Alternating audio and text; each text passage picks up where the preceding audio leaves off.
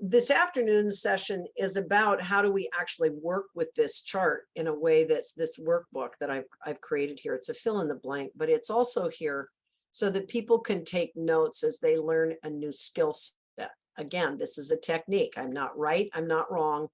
You know, it's just something that I've found was the pattern that existed when I started watching what Paul was talking about when he was talking about the domination system that was coming in, you know, for thousands of years, and there's a pattern. And because I've been in police work, I know how police hunt people. And I know how people hunt animals, and they're different. When you're dealing with an animal and you're a predator and you're trying to hunt an animal, there's a predictability to the way that you hunt. But you're not hunting when you're hunting an animal. Animals hunt. They're hunting for food. They're looking for one thing. They want to eat that thing or chase it away or whatever they're doing. But they're not a herd. In humans, we tend to herd up. And when you have people who want to become the top dog in a community, they herd up and they create like groupthink and they create patterns. And so that has a different kind of a predator hunting behavior pattern. And so what I started learning about was the difference between natural fear and natural hunting and natural predator prey, and what it's like when you move into civilization and you have unnatural conditions and conditions where hunters are given authority to be the top dog, or you have hunters who are given the authority to kill others by law. And you give people exceptional power. And so I started studying what are the patterns of civilized behavior, quote unquote civilized. And like we talked about an hour ago, we were talking about, you know, before the civilization became enshrined in its systems, people were hunter-gatherers. They were still working more as natural people in a natural environment. They were connected to the earth. They were living with seasons. They were living with weather. They were living with, you know, learning to take care of themselves, take care of each other, do things. As we moved into a more out of the agrarian into a more civilized society, actually, I see that Eric has come on board, and you might be able to talk about this just for a minute, Eric, in a minute, once I explain. Paul Majid, by the way, he is more than willing to come on a conference call at another time. He had an unexpected appointment this morning, so he could not get out of it to be here. But when Paul was talking about the season or these epochs of time, Eric was one of the students in his series, and we learned about how the, you know, castles and how farming communities moved as kings and queens started to own territory. And as people learned how to do farming and make more food, other people became servants to the lords and the ladies and those kinds of things.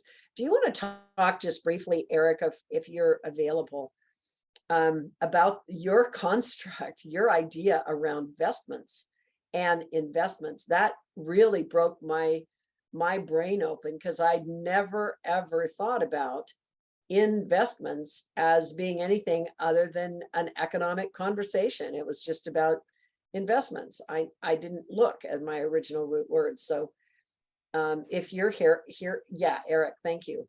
Can you talk about, you know, how these root words change? Just give us a couple of examples, but specifically, I'd like to talk about investments.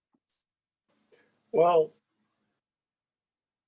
I was doing research for another project and discovered that most of the financial document terms that we use stems from the medieval feudal period. And an investment was simply the scaffolding and works that were used to surround a castle and to take it over, to storm it. So the same thing that they're doing in the world with engulf and devour when the hostile takeover. Those are all investments. The physically, identical thing, except that it's not so much out in a field against a stone wall, but you know. So also a lot of the or certainly many of the traces of the Uniform Commercial Code that is employed when any of us go to get a loan, for example. You have to sign a document with the bank that goes to the county, typically, sometimes the state, right? That is just a declaration that you're taking this loan out. Well, that comes, that's a direct descendant of the fact that when a tenant made agreements with the lord of the land, right? They had to give a public sworn statement, you know, that I will come to your defense, you know, in exchange for my ability to peacefully exist on your land and farm and do whatever else that you require of me. But that was, so those are, it's sort of eye-opening. There's lots of other examples like that in the language that we do, and it's all based on that medieval mindset. So that gave me some really solid understanding that oh yeah, we're still in the medieval age, that we're in the feudal environment. They've just very cleverly disguised it, hid it, moved it along, and given certain people more rights in terms of how you can go about becoming a landowner. But that's, I mean, that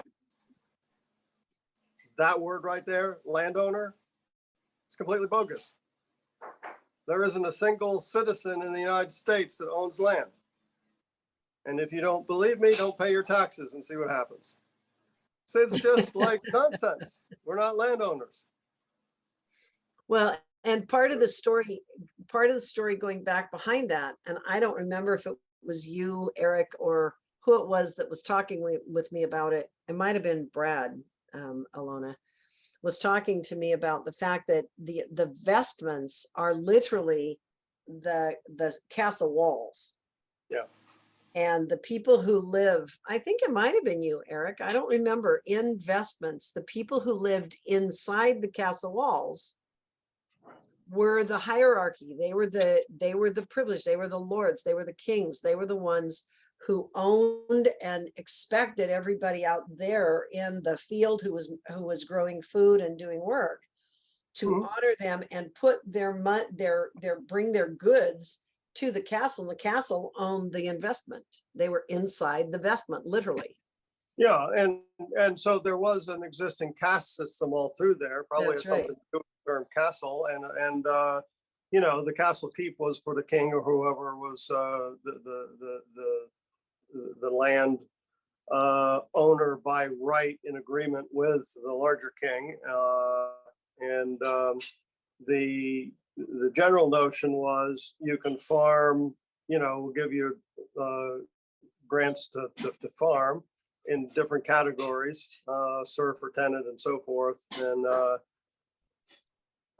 we'll protect you if because you can come into the castle if we're under attack. Now that was all well and good if the castle was big enough, but that may not have been very useful in many cases. But regardless, yeah, the investment is all about, this is how we're going to storm somebody else and take over someone else's territory by force. So then there were the people who were outside the vestments. And the people who were outside the vestments were the people who were the peasants and the laborers and the workers who did all these things outside. So they were like the servants. And then there were the Jewish people or the moneylenders who worked in the markets. And they were authorized by the inside investment people to manage the money and to trade and to do all this stuff. So there's a whole story, and I'm not qualified to talk about it all, but I remember I've had a couple of people who are Jewish friends, who one of them who was a theologian, minister person in the, whatever you call them, in the Jewish synagogue, rabbi or whatever it was explaining to me how the money system works and how some people, they were not allowed to do usury or whatever. Interest came in and these guys were not allowed to do that kind of business, but they could do this kind of business as long as they were doing it for these kind of people. And it's created at the root of this whole conversation is a huge nightmare that has become completely discombobulated about who's responsible for all this bad money and all these investments and all these problems. And I'm not qualified to talk about it. That's one of the reasons I wanted Paul to come in here and talk about it, because it has created a lot of the false conspiracy theories that are out there and the stories that are out there about who's in charge of what, as far as it comes to media, who's in charge of the banking system, who's in charge of the news system, who's in charge of this or that, and who's the bad guy and who's the good guy. And it's a huge amount of cultural war. Do you want to speak to that, Alona? You just turned on your light, or do you have anything to say about that? Not in that much detail. I'm aware of a lot of the energy surrounded. I'm aware of some of the history. I know that the Jewish people were not allowed in many areas in Europe to actually do anything else but money lending, because that was something nobody else wanted to do. And so, so it's kind of a setup from the beginning to say, well, if we need scapegoats for anything, it's these guys, So it's, again, it's just this pattern of divide and conquer that actually goes through our entire history in Europe, and which we have exported to the rest of the world. And I mean, I said it yesterday. I think it's important that all these concepts are being talked about, and I'm glad that people are there to talk about it. But the conspiracy side of it, for me, is always distracting from the underlying pattern, and it's not generally helpful, because people get very emotional, and then you've got good guys and bad guys, and I just like to talk on a human level with the patterns. And as I said, they repeat across cultures, across religions, across skin color, across gender, and so on and so on, and they keep going, which is the sad thing. Which is why I do want to talk about it. And while you don't want to talk about the conspiracies, I don't either, but I also want to talk about some of the generational patterns that I found that create problems for us. Am I sharing my screen of this diagram here? Yes, you are. Okay, good. The reason this matters is because I found a pattern to the scapegoating. I found a pattern to the abuse. I found a pattern, and it doesn't matter whether you're talking about the Native American people being scapegoated and genocided, whether you're talking about the Jewish people being scapegoated, badgered, hazed, and genocided, whether you're talking about the bullies in downtown Bellingham and the hazing by the police of the people in poverty. I don't care where you're talking about it. The pattern I have found is universal, and it's only 5 steps. Once you get the 5-step, we just crack the code in the domination code. How simple is this? Once you understand human nature, this is why it's so important to understand that we humans are just human. We humans love. That is our predominant setting. We love. And because we love, we are vulnerable to predation. It is specifically because we love. It is not, I mean, I really got clear. We are not evil as a species. That is a story that has been dominated and shoved down our throat so that we can feel bad about doing anything when we don't say yes, sir, to the boss. And whether it's a rank system, whether it's a religious system, whether it's a teacher system, whether it's a coach system, I don't care what the system is. You're made to feel bad if you don't follow the leader. Well, don't play the game. If you don't want to play the game, get out of the game and let's play a new game. Let's create a new one. So what I found when Paul was talking, Paul, as I said, he will come on another one of our civic joy conversations, Karen. And we will be able to interview him on the I Change Justice for the Restorative Community Coalition. We'll be able to interview him on, I'm going to activate Joy Talks again as my educational tool so that we have, when we do videos, we'll be able to put them on Joy Talks and everybody can get access to them for free, because it's important that people get free access to quality information. And if I had the money, I would pay the money to get all my advertisement off of my YouTube channel, but I don't know how to do that. I don't even know how much it would cost. But I don't like it that all my YouTube channels have all this stupid stuff lining up the side of the page. I'd like to be able to have a universal YouTube channel, and I might be able to do it on Vimeo or something else. But for right now, we got to deal with it. So stuff will show up that I don't like. Also on some of the Joy Talk and on some of the episodes where I'm speaking as a guest of somebody else, sometimes the person who's the host has an opinion. I don't necessarily agree with the opinion, but they have the right to speak their opinion at the front end of the episode, which happens on Humanity Rising. There's a couple times where Jim went off and on a tantrum at the time because of what was going on in the market. And it actually derailed the rest of the conversation. So in those cases, I'm going to find a way to edit out some parts of it if I get the permission. And so we'll be able to have nice, clean, editable content for distribution down the road on Joy Talk and on what will eventually become a platform just for civic joy education. So I know that we've got clean, controlled content that people can take and use that is good for all of us. But in the meantime, back to the point here.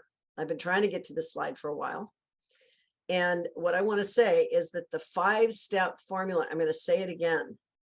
It's wounding, and I'm going to go directly to the violence triangle in a minute. Wounding is like in the dark.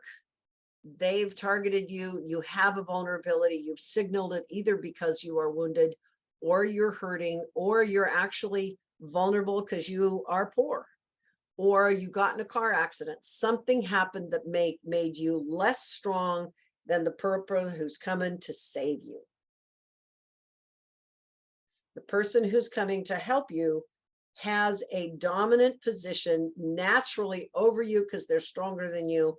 And if you yield to that and you give them permission, then they have the choice to either prey upon you or serve you and lift you up, because you gave them permission.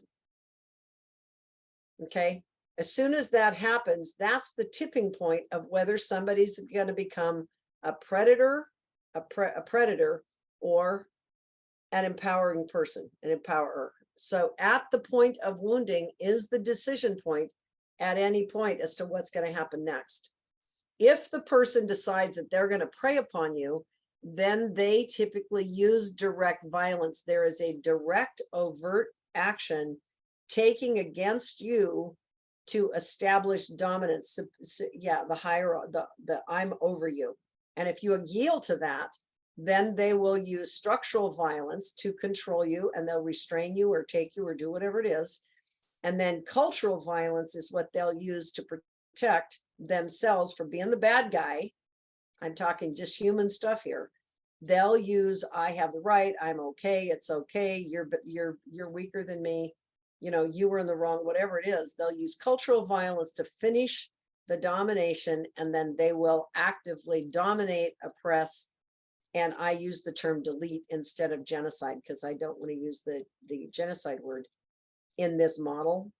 They'll just delete you. They'll either stomp you out, competition, they'll erase you, they'll genocide you. It depends on whatever language it is. They've got control and they own you now.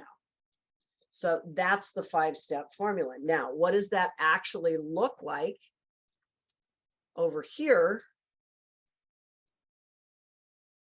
Remember, I was talking about the direct violence over here on the left. In the hidden dark spot of the ethereal world is there's a wounding. You smell it.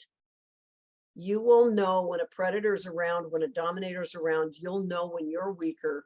You'll know when you feel intimidated, and you will signal it. It's just like pheromones in a sexual situation.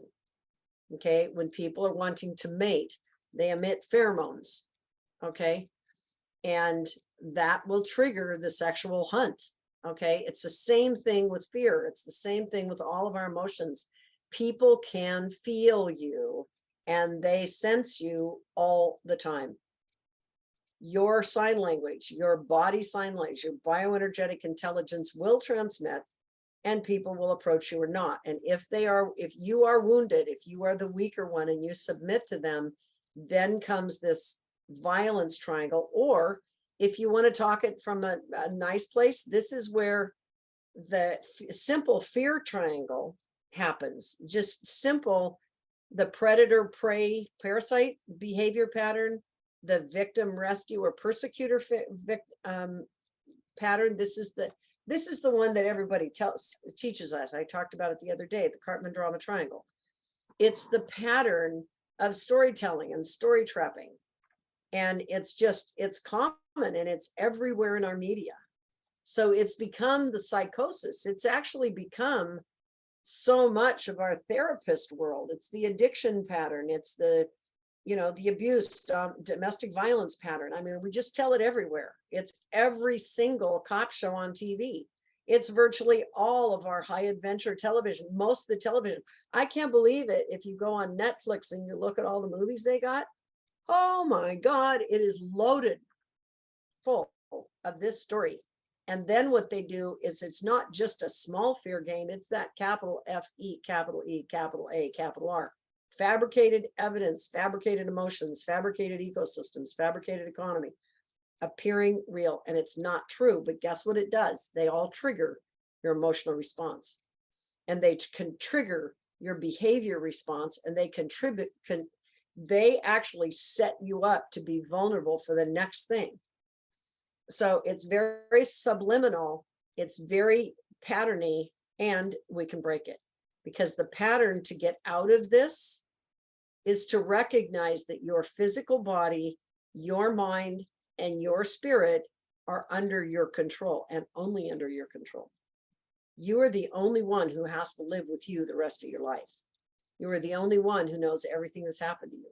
Nobody else does, and no one else thinks or acts or behaves or knows what you do. And if, one of the most powerful books I ever read, made me so happy to read it. And it's a daunting book, so don't read it if you don't like to read. It's called Cultural Creatives. It's how 50 million people are changing the face of America. Ironically, it was published in 1998. Now, I want you to notice something. Some of the best books in history were written in 1998. That's when, I think that's even when The Millionaire Next Door came out.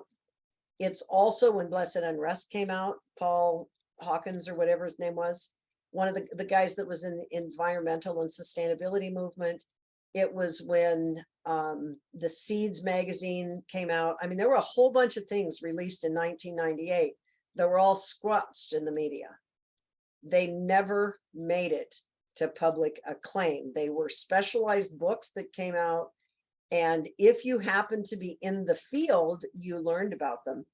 But I read the Cultural Creatives book, and that blew my mind. It's probably one of the most profound books in social justice or social ecology that there is. This man and his wife, Ray, I forgot the first and last name. He and his wife did this study, and they studied all these people and how we think and where we come from and how we function, and how 50 million people, the hippie movement basically, was changing the face of America.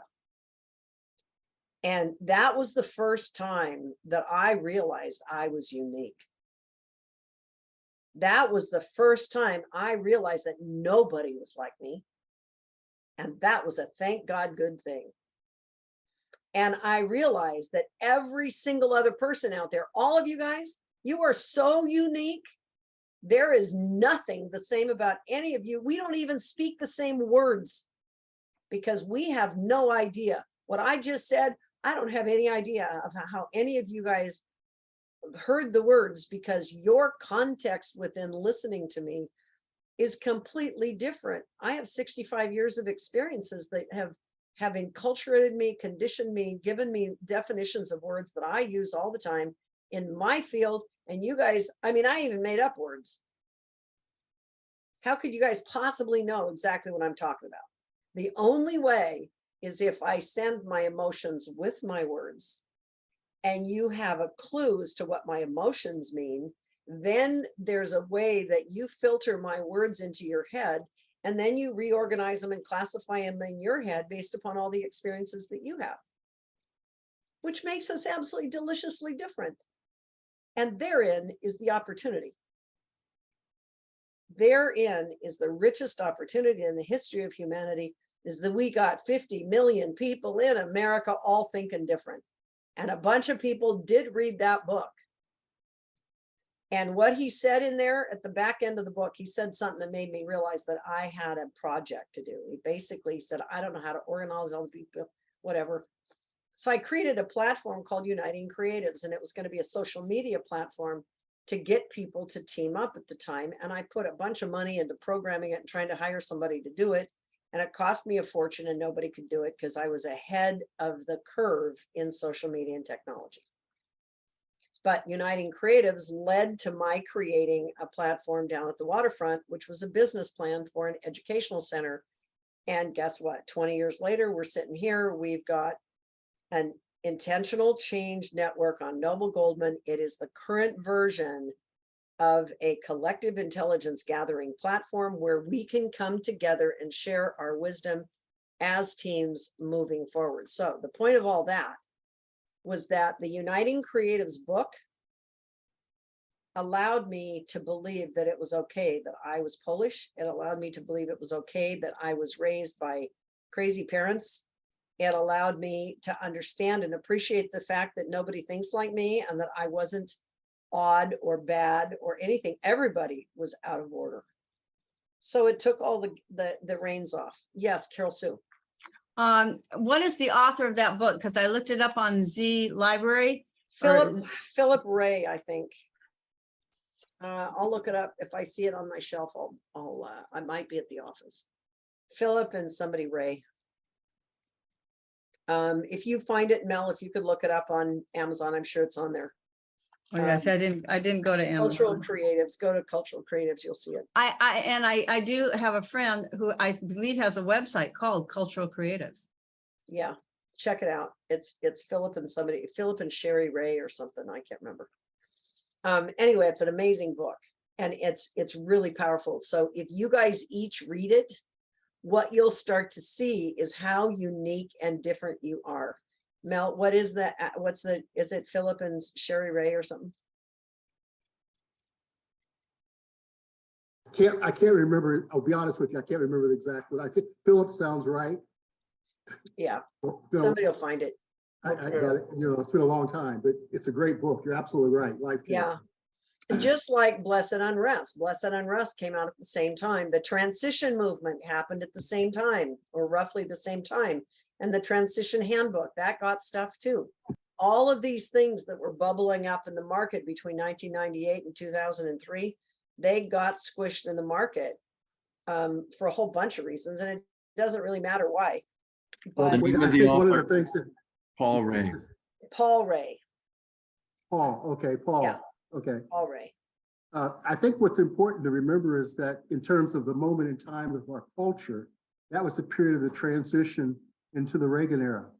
It was a cultural shift in terms of the kind of vision we were holding, and a diminishment and a transfer of a vision of what the nation should be and what the kind of principles that were going to guide and shape people occurred. And so one of the reasons those things didn't get public, we didn't have the kind of support. It was not about trying to educate people about trying to continue the pattern, but to try and reverse the kind of guidance and visions people have been operating from my understanding and belief. Yeah. And so there was a whole structural movement. There was a cultural movement. There were a lot of reasons that things happened. The other book, though, that I think is really important to read is The Blessed Unrest, because that was Paul Hawken, I think also. And what that book was, that was the one that opened my eyes that there were something like 50,000 or 20,000 organizations all around the world who were proactive. They were all doing good stuff, and it made no news unless you were in the industry. Again, it was like shut down in the system. It's all these peace movements, all these people helping each other, the consciousness movement, the whole leading edge of what eventually became the New Age movement was part of this organic living, you know, and that's the seeds catalog. That seeds catalog was all about, you know, protecting the seeds, and the transition movement all came out. So those things are really, really important. But once you understand that that is a trend and that you guys are unique, but that doesn't make you abnormal. It actually makes you normal. And it makes you loving humans. It makes you not part of this collective that's following dominator leadership. So stop feeling guilty. Stop feeling self-conscious. I mean, it's just stop it. It's like, get over it. I love it. Just stop it. That's right. Just stop it and have an opinion and start bringing your genius and your brilliance to market. So what I did in this conditioning triangle is I set it up so that you become the innovator. And the innovator is the person who integrates and protects people. You are the person who's actually says, you know, the innovator on the other side, they're the rescuer and they're the denier and the enabler. And, you know, my story to you, if you want to change your hat from one position to the other, it's when the person comes along and say, well, you know, the real righteous one, you didn't do it right. Well, fine.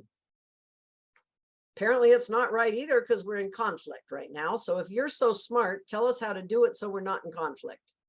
Become the innovator. Say it to yourself. If I was so right, we wouldn't be having this battle. So maybe there's something else that's aching to erupt. The same thing is true when you're up there being the persecutor and you're mad and you want to break things. Instead of breaking things, say, what could I build with my energy? What could I build? What could I do with my energy to take it out of destructive anger and put it to work growing things, building things, organizing things, making the world better? And if you're the person over on the victim side, oh, woe is me, I feel so bad, I'm getting used. Well, stop it. Again, just stop it and say, okay, what resource, what person do I have around me? What is there that I could do to get new information, new resources, or new power so that I can change the game? Not to go attack the other guy, but just change the game. How do I get out of the mess? How do I find a new way to do it? How do I get around the problem? It's not about fighting the other guy. It's about getting out of the space of being the victim, getting into a new position. And that's the leader who develops and produces change in the world around him. So the point of understanding this, to take you back up here again, is that once you understand the pattern here, you can change the pattern here. You can pivot to find the courage to act with intention. Center your heart. Then you can lead and find resources and option. That's the victim position, right? You can innovate, create doable projects that are doable and winnable and achievable. Little ones. So you build your confidence. Build and gather allies into little pods of people so that you can start actually getting things done in little tiny increments. Go local. Go very local. Stop diffusing your energy out there in the world. Come back locally and get some things going that can make a difference here. And then expand your capacity and create a whole new vision. And there's a phrase I use, BFAG. It's called the Big Fat Hairy Audacious Goal. This comes from sales and marketing and high performance business. Big, fat, hairy, audacious goal. People chuckle, but that big, fat, hairy, audacious goal is so big, nobody believes it's possible. And because of that, they dismiss you. But with a big, fat, hairy, audacious goal, you make it so big, and then you plant seeds all over inside it and let people know that they can take the seeds and go do it. And what it does is it allows everybody in the sphere around you to believe that they are capable of doing something themselves, and I'm not going to care about it. Because everybody is looking for a leader. They're looking for a better idea. They're looking for a choice. They're looking for options. They're looking for a way to get where you better. want to be. So you build the funnel. So somebody just came on. Can somebody mute that person? You allowed. Thank you. So that's why in 2015, when they were pushing that jail tax, we wrote this book. I was squashed. They were trying to make me the victim. They were shutting me down, shutting me out. The City Club didn't even let me debate. I was the only opposite to the executive. They didn't let me debate. They took the executive position off their agenda. They didn't have room for me. And they just let the executive slide in. They did the same thing on the jail tax. It's amazing when the system is against you, what they can control. I couldn't get news in the press. I couldn't get anything. So I wrote this report, Stop Punishing Taxpayers, Start Rebuilding Community. Why did I do it? Because as a leader, what I did was I wrote an entire agenda of how to change the game, who could do what, and what were the ideas that they could have. And I gave them a whole new construct. And I talked about the 15 ways that the county was locking people up illegally. I talked about then, I found new plans and everything. This is the 24/7 Creativity Activity Center. Any town could do this. This is still valid today. And I gave them links to a bunch of things that were happening in the world. And so I did this on 20 different, here's the Phoenix Option Housing Project. I had a guy who was willing to put the Phoenix Option Housing in Washington State. It had already been successful in California, but I put links to everything. And here's my Restore Life Center that we're going to talk about. Irene's Restore Life Center that we're going to talk about tomorrow. We gave him all the links. You know why? Because we don't care who does it. Just somebody do it. It's a big, fat, hairy, audacious goal. We can change the community. We don't have to buckle up and just say, yes, sir, and build a prison. We can do a whole bunch of stuff.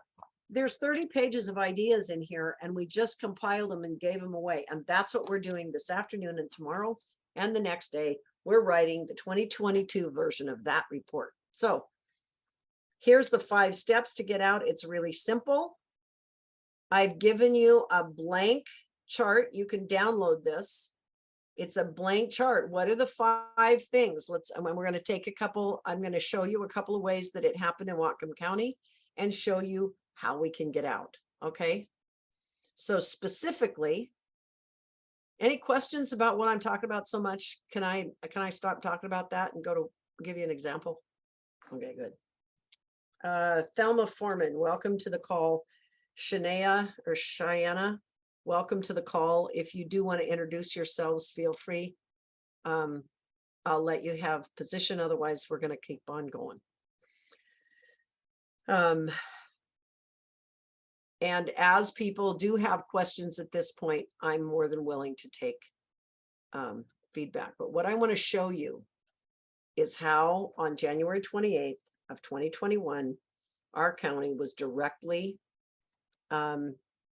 taken advantage of using this 5-step formula, and why today we're in a position where our whole community is dealing with complex post-traumatic stress disorder. We're dealing what I labeled this 5-step formula. What we realized is that we had a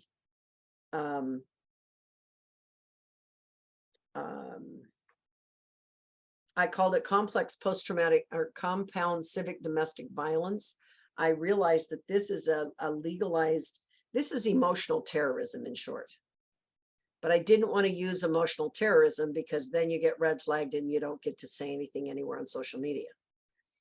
And so I created the compound civic domestic violence because it is domestic terrorism. It is inside the country. It is at the time what people in the CIA and the FBI and all the people who were scared of assault from outside, they were talking about terrorists attacking our country. So the domestic terrorism was a big deal on the watch list for the military industrial complex, because this was all during the Trump era and the campaigns to run for a whole new election and to do all these things. There was a lot of inflammatory stuff out there.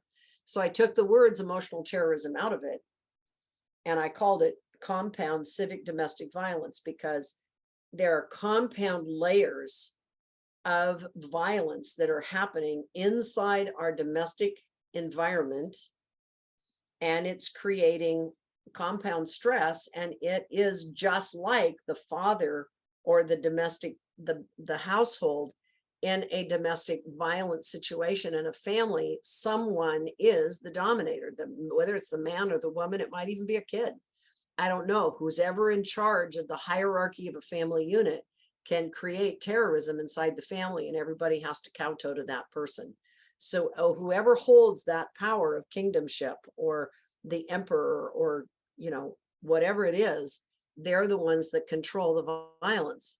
So in Whatcom County in 2021, the direct monetary trust betrayals, what set us up, the county had promised in 2019, before we elected the new county executive, that county executive promised the public, promised in his campaign, that he would listen to the taxpayers who said that they wanted real social help. They wanted social services. They wanted behavioral health care. They wanted preventive services. They wanted more dual diagnosis services. They wanted help. They didn't want to build a jail. They had just voted against it by a vote of 58%, which is enormous.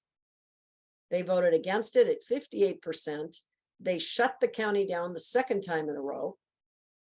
And the county went out and pretended to come talk to the people and listen to what the people wanted. And I told you yesterday, when they came out to the people, they ran 5 listening circles around the county. They hired a contractor to do it for them so that there was an appearance of fairness.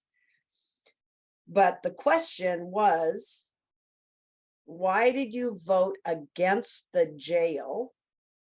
And how did you get the information to vote against the jail? Well, if you're in marketing, that's a marketer's question. That has nothing to do with what people wanted instead of building a jail. They didn't ask that question. They asked, why did you vote against it? And how did you know to vote against it? Because that's a survey question from a target marketer standpoint to come back in so that they can come in, meet your objections, and then target you through the same medium that you get it, and they dominated the marketing plan. So they reverse engineered the question. And the thing that they didn't expect is that the public actually bought their story and showed up in honesty and talked to them about what we needed. In those 5 listening circles, people told the truth. They said, you know, our seniors are getting arrested because somebody called in a wellness check on somebody. We had an elder woman come to one of the meetings. She's like 70 years old. Somebody called in a wellness check on her because they were concerned that she was depressed. She didn't open the door, so they broke it down. When she screamed about it, they arrested her and put her in prison. She told the story. That's happening in Whatcom County. We have people who called in to ask for a suicide help. They were dealing with mental health issues, and they called because the doctor told them to call 911 because the doctor had just changed the meds on their son. And they said, if you have any problem, if he doesn't react well to the new medications, call 911 and tell them that you're under a doctor's care and everything will be okay and they'll show up. So what happened? Mom called the sheriff's office, called 911 and told him, I got a kid, he's wigging out on the meds that the doctor gave him. I need a wellness, I need help. You know, he's having trouble. So what'd they do? They sent sheriffs to the door. They didn't sell 911. They didn't send the social worker. They didn't send the doctor. They didn't send the person who could help him deal with his drug problem. They sent a sheriff who terrified the hell out of this kid, and he didn't want to talk to him. So guess what? Now they arrested him on a resisting arrest. He refused to go to the hospital. So now he's violent. So now they have an assault charge. It's a felony, and they put him in prison. So people showed up and they trusted the government that they were genuinely asking for help. And they showed their story. So in 2019, our executive ran for office on the ticket that he was going to listen to the public and he would help bring services before they ever talked about doing the jail again.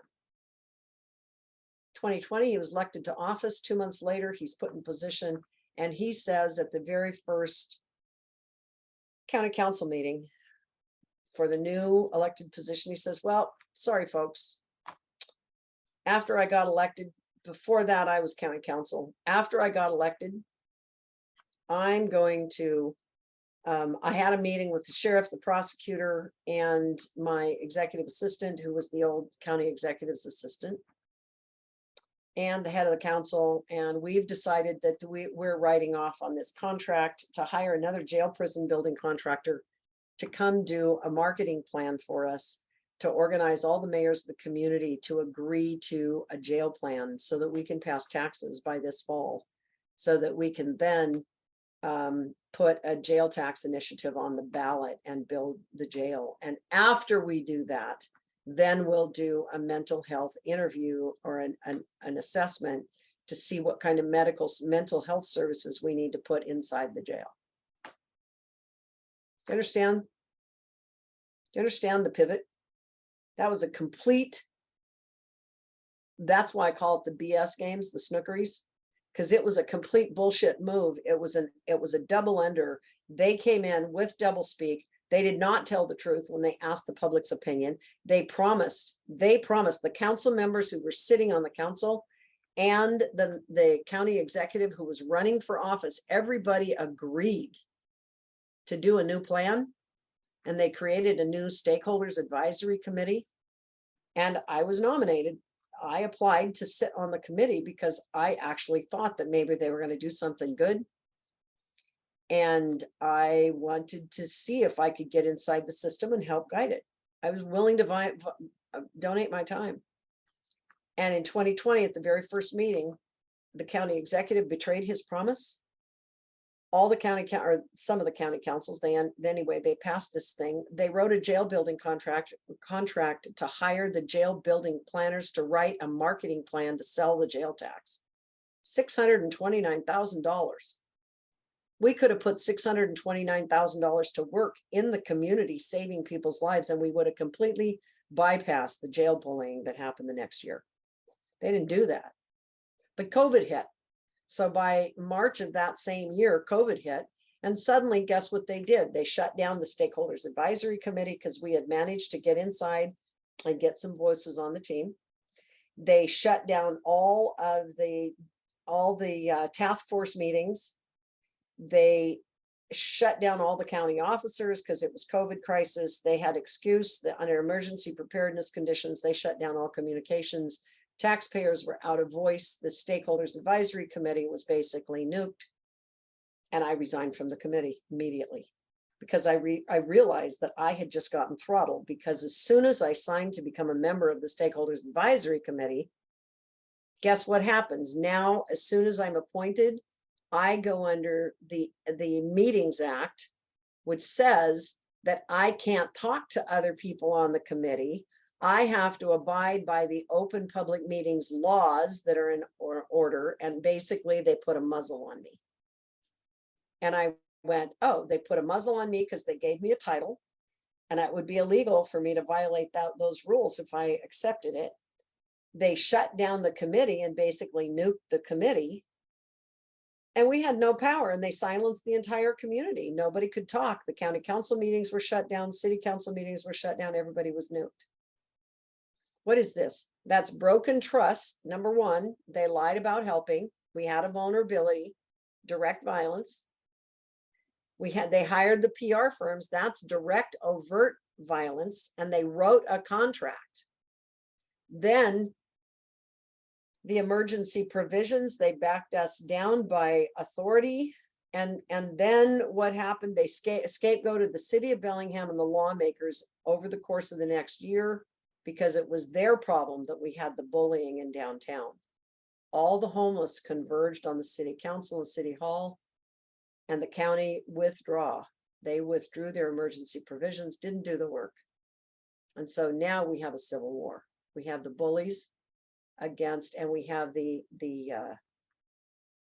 predators who come in, come in from outside, whether they were authentically coming in from outside. They called it the BIPOC or the fascists or the anti-Antifa or whatever they called them. Doesn't matter what they called them. The fact is they used outside provocateurs of some kind to create violence. Okay, conflict and violence inside the local people who now were silenced by the government, shut down, sent home, living inside their houses. And so the violence showed up as bullying in the public domain. City council stopped listening. County council stopped listening. There was a war now, a civil war going on between people. It's called a civic war. And so the broken timeline, now suddenly they came in and they broke their commitments to the public, and then came January 28th. So this is what happened before the actual assault with 4 law enforcement agencies to shut down the Camp 210, the homeless camp. They did all this ahead of time in 2020. By 2021, they now had established authority. They'd already traumatized the community. They'd already betrayed trust. People were already hurt. So now you do the same pattern another time. So the same pattern in 2021 is what I talked about with Marcus on the call. You had a prior wound. They had a prior event. It was like January 22nd or something was the original prior event when a perpetrator came in and he got violent and he painted some dirt on the walls of City Hall, and somebody showed up with an axe. Now, who showed up with the axe? How come for months there had been no violence on the site? It just suddenly, there's violence on the site right after January 6th riot in Washington, D.C. Is there a coincidence or is there not? I find it fascinating. Somebody was wielding an axe. Somebody got arrested. It was a big traumatic thing. It went all over social media. Whatcom County is scary because now we're following in the lines of all the other violence that happened with the homeless people and the riots happening in Seattle and Portland and LA. So Whatcom County suddenly is on domestic terrorism watch list. By January 28th, another bunch of social media goes out. Everybody's scared. We had the invasion by the outside authority. Back up here. We have the direct violence is somebody does something down there. There's oppression. There's structural violence, cultural violence, domination happened over. And suddenly on January 28th, I'm sitting down there at the county courthouse going, what the hell happened? And I'm sitting here looking at this. Now, if any of you guys have seen my Compound Civic Domestic, my blind spots chart, I don't know if I have it here. Can somebody look inside my Google Docs? I've got one. I had done the blind spots chart, which was jail trauma. And I found the Compound Civic Domestic Violence patterns. And as I'm sitting there on January 28th, and I'm watching all the people running around, I'm watching the people who are homeless being turned into refugees, getting chased out of camp. I'm watching the volunteers trying to help them get in trouble because everybody's yelling at them. I'm watching the public works crew coming in from the city who are terrified. They don't want to do it. Guess what? It's their brothers, sisters, aunts, uncles, relatives, friends that are in the homeless camps. This is a small town. We only got 200,000 people here. We only have 80,000 in our town. Everybody with 1 or 2 or 3 relatives, friends, or something knows people who are the police. They know people who are working in public works. They know people who they've protested with, marched with, sang with, partied with, had sex with. They knew, everybody knows everybody. So now we have a small town situation where the system, the domination system, has set up a period where everybody's having to do things by rank and law according to the domination system, and they have to stand against their own relatives. And they were blaming it on the city of Bellingham because city of Bellingham was the site of the incident. But half the people inside the city of Bellingham are county residents. They don't, everybody inside the city on that day doesn't live in the city. There's county residents in there protesting. There have been county residents in there asking for financial and medical and service help because they couldn't get the help out in the county. But the city got scapegoated by the county. County withheld the original emergency services. City withheld emergency services at that point because the pressure, the heat's on now. So the city closed down the outhouses, they closed down the dumpsters, they shut the doors on everything. If people are camping here because they're homeless and they have to go, where are they going to go pee? Where are they going to go to the bathroom? Where are they going to go wash their hands so that they can be in alignment with CDC guidelines? They've got friends and relatives that are in the hospital dying of COVID right now. They can't even go talk to them. They've got friends that have COVID, maybe in their tents or in the camps. They don't know where to go. They're dealing with trauma, fear, all this stuff. So I'm making this serious because we can fight over all those details we want. The pattern is the same pattern. They had a prior wounding. They used direct trauma. It created structural trauma that created cultural trauma, and the cycle spins.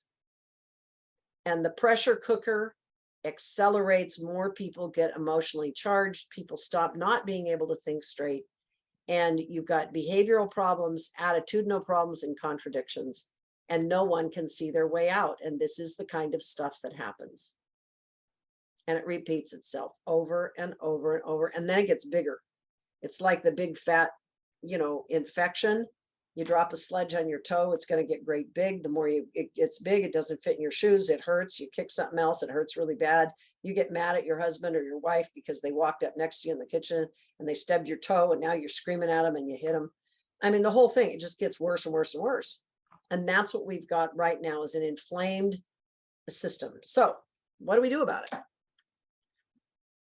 We recognize that we have these economic problems that we talked about yesterday. We recognize that we're dealing with false evidence. Let's draw a picture. How can we get out of it? Let's solve the problem. I published this, by the way, in Whatcom County 98225 in the incident report. I published the solutions because guess what? I was still innocent on that February 13th. I actually thought that the county, I couldn't believe that the county was actually involved in a direct compound civic domestic violence situation.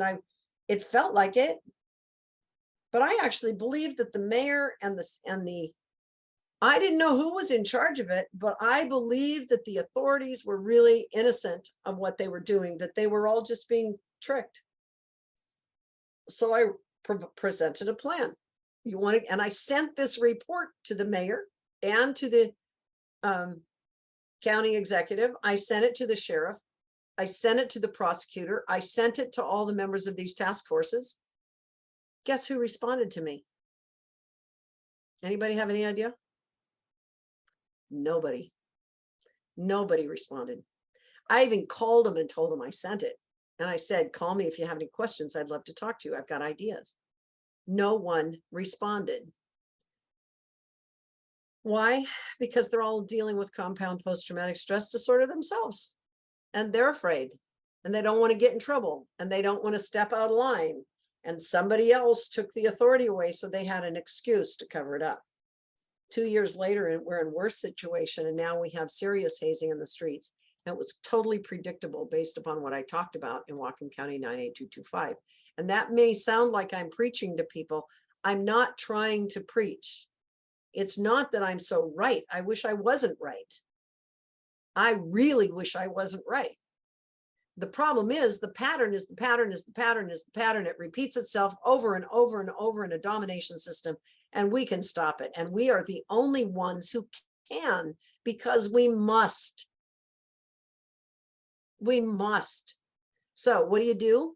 We create a direct crisis emergency first aid process of some kind that goes around the county. If the county won't manage a first alert system, then do what they did. And Karen talked about it. Do what they did in San Antonio. Wasn't that San Antonio, Karen? So we're going to talk about that. We're going to add it to this list of things to do. You build an emergency. It's like the old phone tree. Do you have a name for that people can look up, or can you type it into the chat or talk about it again, Karen, just for a minute? It was called, it's called the action alert system for us, and it's a text system. So you text the word compassion to a number, and then you are in this action alert. So when a crisis arises, you get a text that says, this is what we need. This is where you can deliver it. Awesome. And then you can reply and either deliver it or not, or go send it off to somebody else. So technology is not that hard to do once you figure out how to do it. Once you figure out somebody who can help you, all it takes is organizing to get it done. So that's the first thing we can do. The second thing we can do is have a location where people can get emotional healing help and help people get coordinated to do things together. In my old hometown, it was a Grange Hall. Could be the City Hall. It could be a dead old building sitting downtown. It could be a closed up school. It could be a rec center. It could be anything. It could be a tent in a parking lot. It can be just a place where people can come get help. And when they come get help, they get this tapping system. Actually, Karen, I'd like to take a break here and have you teach how that tapping works, because I think it's important that we get real. Okay, now again, notice this thing comes out of the last 20 years, probably. I mean, that's when I started hearing about it, is tapping. Mm-hmm. It's a tool. It's a neuroscientifically proven tapping. Yes, exactly that. I tap. Can you stop sharing your screen, Joy? Joy, we need you to. Yes, you got the helm for a couple minutes here, because I need to get some water. Okay, good. So before I run us through this, I just want to say thank you to Kasha for putting one-pagers about tapping in the chat. So after we do this, if you want to save the chat, then you can do this yourself. How I was taught tapping is slightly different than what is in the chat box, but it's all kind of, working on the meridians in your body. And so it's an avenue to reset your nervous system. So one of the things that you first notice when you're in touch with your body is with either anxiety or fear or anger, is you'll feel your blood pressure rush. You might get flushed. As soon as you start feeling that in your body, then you want to take 3 deep belly breaths. And then just let them out as slowly as you can.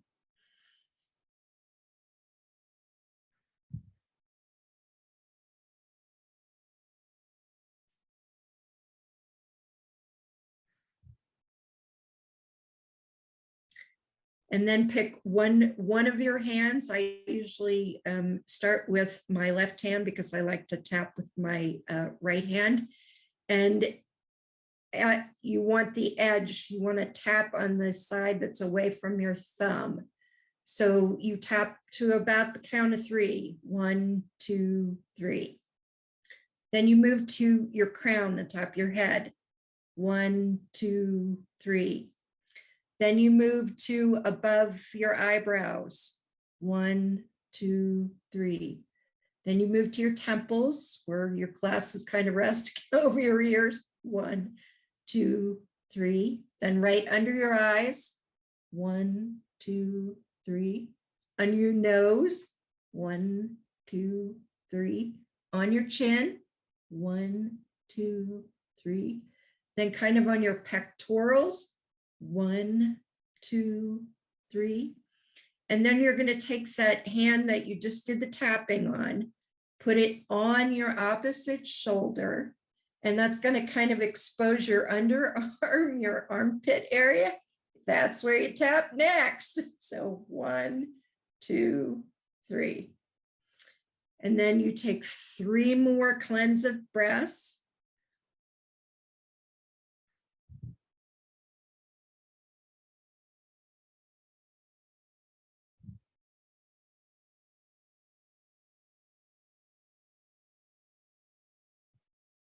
And because we're trying to match the hemispheres, balance the hemispheres in our brain, you want to kind of reverse everything. So then you take your right hand and you tap with your left. So it would be on, again, on the side of your hand, 1, 2, 3.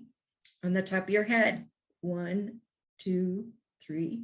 Above your eyes, 1, 2, 3. Your temples, 1, 2, 3. Below your eyes, 1, 2, 3. Below your nose, 1, 2, 3. On your chin, 1, 2, 3. On your pectorals, 1, 2, 3. Then you're going to take that right hand and put it on your left shoulder. And you're going to do under your arm again, 1, 2, 3. And then you can kind of just, again, settle into those 3 deep breaths. Great job, you guys.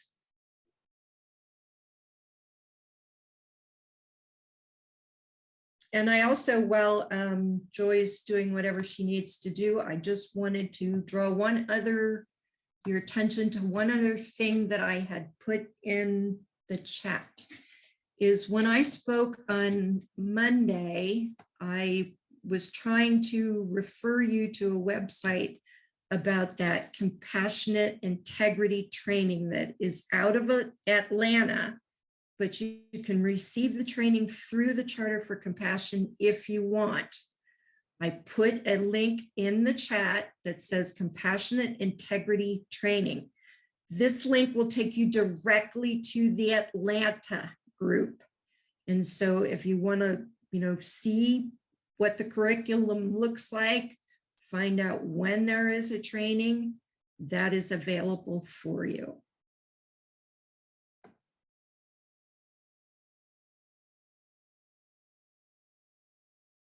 And Kasha, thank you again for putting the stress relievers back in the chat.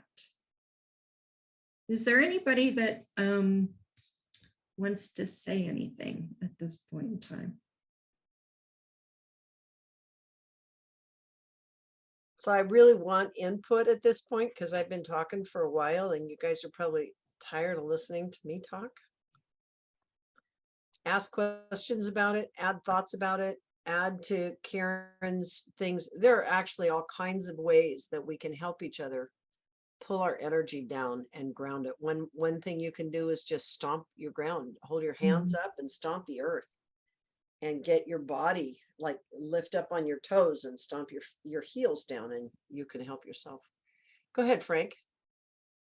Sure. So what I'm hearing is conflict resolution methods, and the other side is possibly alignment.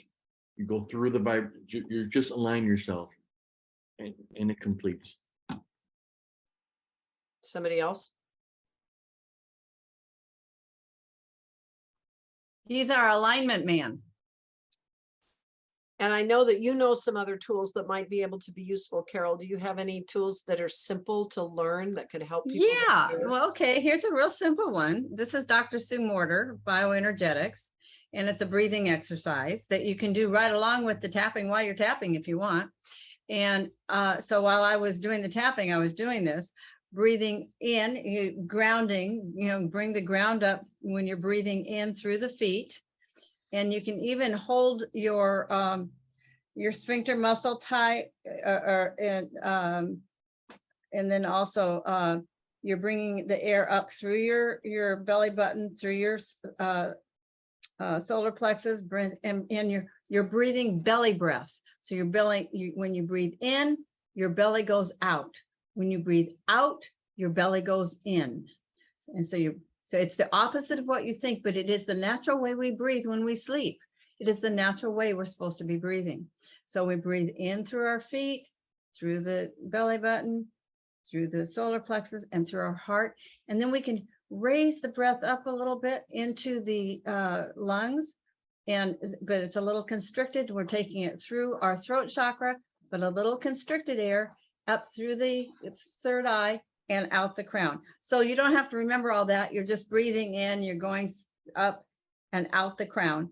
And then you're breathing in through the crown, down, and just go, backtrack the same way, and then out through the feet. And so you're cycling through the feet, out the crown, in the crown, down to the feet. And you're just cycling out. And do send love out to your biosphere while you're doing this. You can be thinking about love. And the other breath that you can do is starting from the center, breathing out to the biosphere, and then breathing into the center. It's those two breaths, and with your mouth closed. And this is, it actually will clean out the emotional body, which is the cause of most disease. So if we can do this for the emotional body of the earth, the emotional body of the city, each one has its own morphic field, its own energy field. So we could actually breathe into it and heal that way in a massive way. It's a belief. I don't know if that's true, but that's a belief. Well, it's actually a practice that a lot of people have been practicing, and it's a practice that's actually been done in different ways using different languages all over the world. And being able to ground yourself into your place is really an important piece. Yeah. So anybody else want to speak about this before I finish? I move to the next step of how we can help our communities. Okay, I'm going to go back to sharing my screen. So the next and active thing that I recommended, and if you go into the Whatcom County 98225 video on YouTube and you get towards the back end of the presentation, there's a complete understanding of what I mean by each one of these steps. But in short, what we can do is the economic and civic systems revitalization. This is what I'm actually doing with you guys, because I realized that nobody called me back. They're scared too. They don't know what to do. They don't know how to do it. They don't know how to get money for it. I'm pushing against the tide, but it's the tide that's running. So whether it's a tsunami that's going to knock us over, or I'm going to swim against it and save people that I know, we as a community, this is the way community used to do things in the first place, before we became a completely dominated system.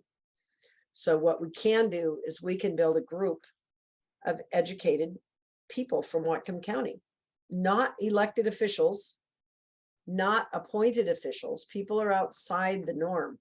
People who actually pay the bills for the county, people who actually run the companies that don't take county contracts, people who in fact run nonprofits that are not paid for by the corporations or by the county, people who are not part of the government system.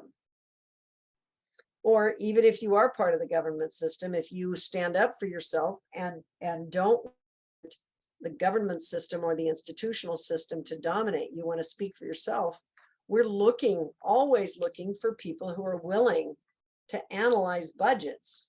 I mean, how many of you, I'm serious, turn on your thing if you've got the courage to do so. I'm going to challenge you.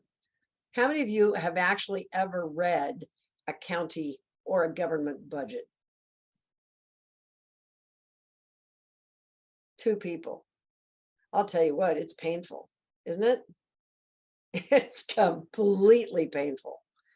But when you do it, what you'll find is that it doesn't make any sense at all if you're a normal business person, or if you're a normal human being who has to pay your own bills. it will make no sense to you at all.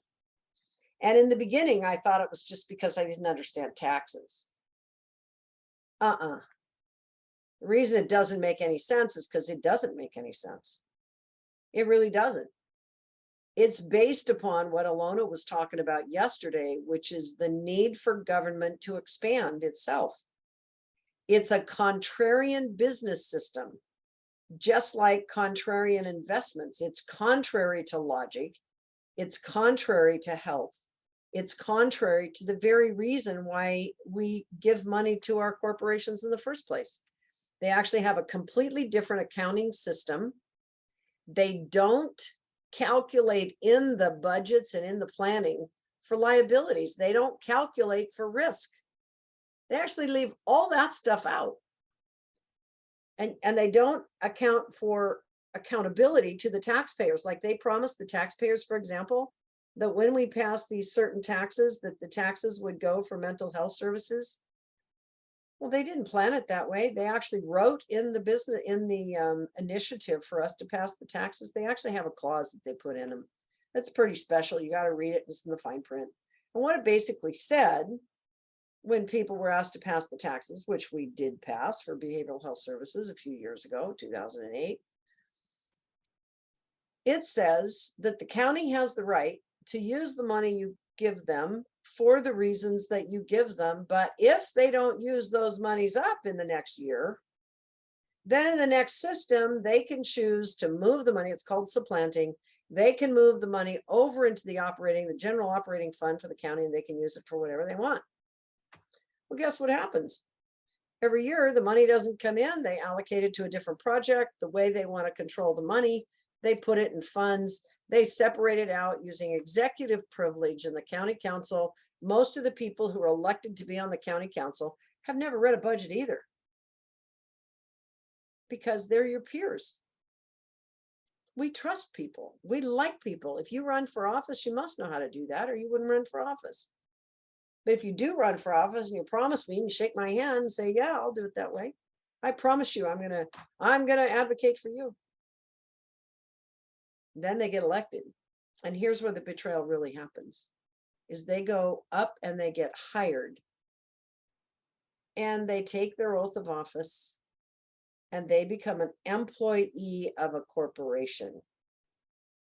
And the oath of office is to uphold the laws of that corporation, as well as the laws of the state and the feds, but it's all the laws of the corporation. So now if they fight against the corporate integrity or the corporate laws, or they do anything that's out of bounds, guess what? They can get in trouble with the prosecutor, and they can get in trouble with everybody. And now they're in deep shit.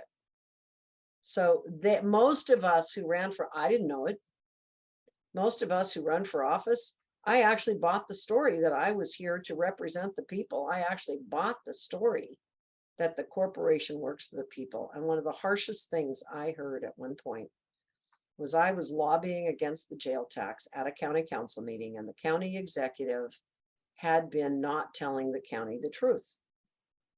So I stood up at the county council meeting and I was saying, look, you guys aren't standing up for the taxpayers. You're not, this is contraindicated. Your internal rate of return calculations on your investments is a bad investment for the public. Nobody knew what internal rate of return was. They didn't understand return on investment. It was amazing. But the county executive came up after the meeting. He was mad at me. And I have witnesses, so I can say this and mean it. That county executive walked up to me and it's one of the reasons I ran for county executive, actually. But he walked up to me and he said, you know what, Joy? He says, I don't work for the taxpayers. I work for the people who get me elected. Whoa, I sat back and I looked at him and I went, are you serious? And he says, yeah, that's where it works. I went, wow, that's okay. Huh. And that's why I walked out and I started looking at budgets. That's why I started looking at who's telling the truth. That's why I started watching the doublespeak. That's why I started analyzing. And I did. I read the entire budget. It's called the CAFR reports, the Certified Audited Financial Reports of the Community. And what I found from the process of doing that is that these certified audited financial reports, you know what they're for? They're to help the auditor's office. I found this out by asking the question and filing a report to ask for truth about where the money went from taxes. And they gave me stories, and it turned out that they moved the money from this account to another account to another account to another account to another. And it's not that they're doing anything illegal. It's perfectly legal. It's just nobody understands it. So the money trail, you know what the auditor does? He gives them a platinum rating or a gold star rating or whatever. It's like a credit bureau.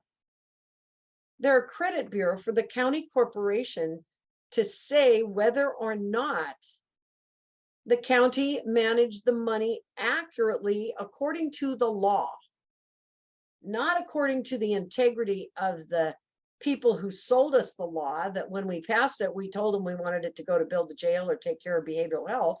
It was according to the law. Well, technically, county followed the law. They supplanted all the money and put it over there.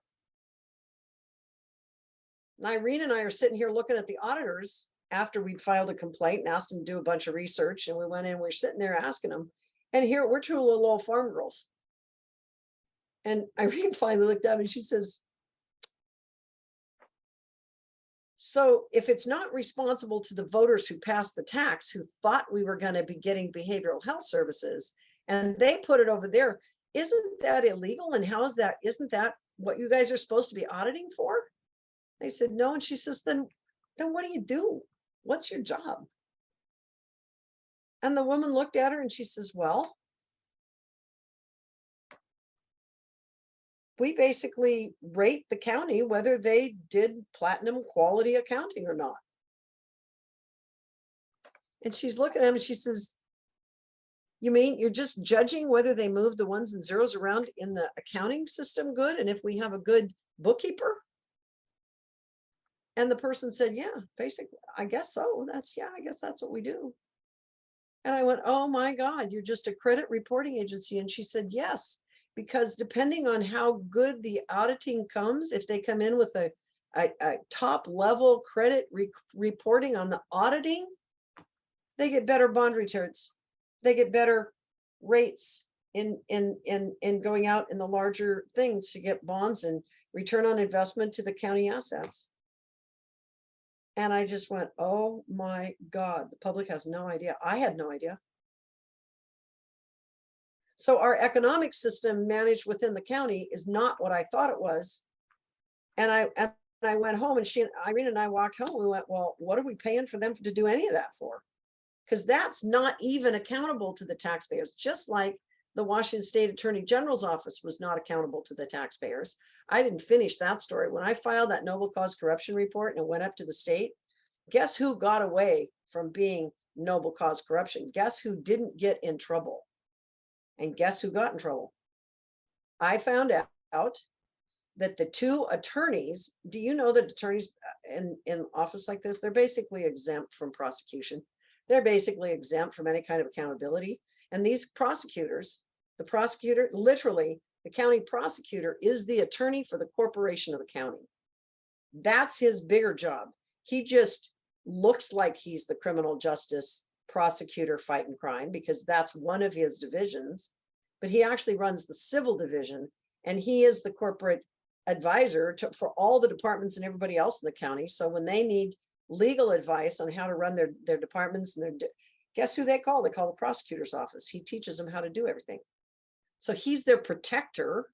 He's the protector of the corporation from the taxpayers. And I didn't get that either until he told me that in a meeting when Irene and I and another one of our clients was talking to him, trying to figure out why he wouldn't sue this really rich guy in town who had violated the law 7 times with one of his customers. Felony crimes, paper felony crimes. And we had the evidence. I mean, it was right there. And I'm sitting there, we're talking. My client, our client, was sitting there talking to the prosecutor. Why will you not prosecute these crimes? What this guy is doing is not right. And, oh, no, you need to go to the bushing thing and you need to go to the PDC and you need to go to this and that. And I said, they already told us they don't cover that. You do. That's your job. You're the prosecutor. And he says, yeah, but I have the choice to not file charges. I'm the prosecutor for the county. I'm the corporate attorney for the county. My job is to protect the county from the taxpayers. I went, you're kidding. You're kidding me. And he says, no, that's what I have to do. And then on the aside, he basically said, if any taxpayer actually wins a lawsuit against us, we're in deep trouble because everybody else will follow suit. Then where am I going to be? I can't defend the county against a whole pile of lawsuits. And I went, well, guess what? You're going to have to solve this problem because we cannot afford to continue to pay you guys. But back to the noble cause corruption case in November of in 2016, the Attorney General, because of the way the process works, I was filing a citizen complaint against the county where the county protector is the Attorney General's office, and the Council of Cities and Counties and all these guys, they protect each other. So the county executive was not an attorney. He was a little bit vulnerable. County sheriff is an attorney. He's not vulnerable. County prosecutor was an attorney. He's not vulnerable. So both of them are basically exempt from any kind of prosecution.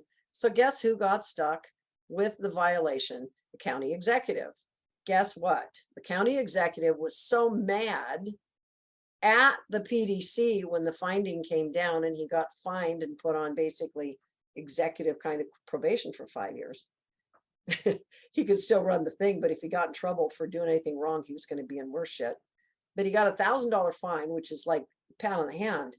But he was so mad at the Attorney General's office that he yelled at them and basically said, and I've got it on video, he basically said, you guys didn't protect me. This is your fault. He was mad because, but that was the same executive that told me that I don't work for the taxpayers, I work for the people who get me elected. And that's when I realized that we had serious problems in our community dealing with all these issues. So when I say build an economic and civic systems revitalization committee, I mean the people who understand how money works, our corporate executives, our business owners, our people who have $1 million investments in this community. If you care about the middle class, and if you care about where your money's actually going, and if you actually want to save the middle class in this town and not give it away to the prison industrial complex to dominate our entire county, then you know what? I need real citizens who understand real money, who will go in and look at these budgets and understand where the money went and tell people, where did the money go? And actually put pressure on the county council, give the county council backup to support them for making different budget decisions, because they can't back up themselves. The prosecutor and the county executive and the sheriff are bigger than them in rank. They're afraid to step out of bounds, even if they knew what to do, but they don't understand liability because they're not typically people who run for county council are not millionaire owners of corporations who understand how big money works. They don't understand how the stock options trading works. They don't understand how investments work. They don't understand because they're not high enough ranked investors. So we need some of those people in our community who actually do understand the money games, who actually do understand these things, not to go out and run for office. I don't need you to do that. What we do need you to do is start paying attention of where the taxpayers' money goes and why you're getting raked over the coals and why your seniors in your community are paying so many taxes. Our seniors are having to sell their homes because they can't afford to pay taxes. That was the other thing that shocked me awake. Seniors can't pay their taxes. They're too big now. Taxes in the last couple of years have gone through the roof. So you've got seniors who bought their homes, worked their homes, kept their homes, retired in their homes. These homes are worth $300,000, $500,000, $700,000 now in an inflated economy. And the taxes on that is going through the roof. And people say, oh, you can apply and get forgiveness. Yeah, maybe, but you got to still apply and you got to know how to do it.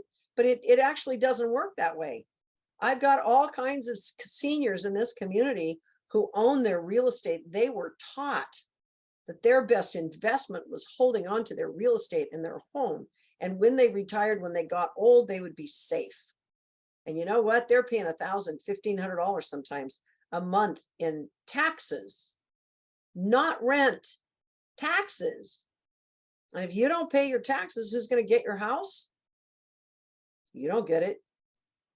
So we got a problem in our community economically for the middle class, and it's bankrupting seniors, it's bankrupting poor people, it's bankrupting the middle class, the little guys, and it's even going to bankrupt the millionaires, because I can't tell you also how many people who I personally know who were millionaires, who were living in Bellingham, who are now moving to other countries. And they're getting out of town because they don't want to live here. They don't want to deal with it. So our middle class in Whatcom County is getting hurt. We need some of those middle class people who understand money and business to come together to work with us to diagram the problem, because you know what? The people in the system can't solve the problem. They don't know how. We have to solve it. So the next thing they do is the community networks and community development. That's the other thing we're doing here, is we're bringing the coalitions together of people in community to network together to build a change.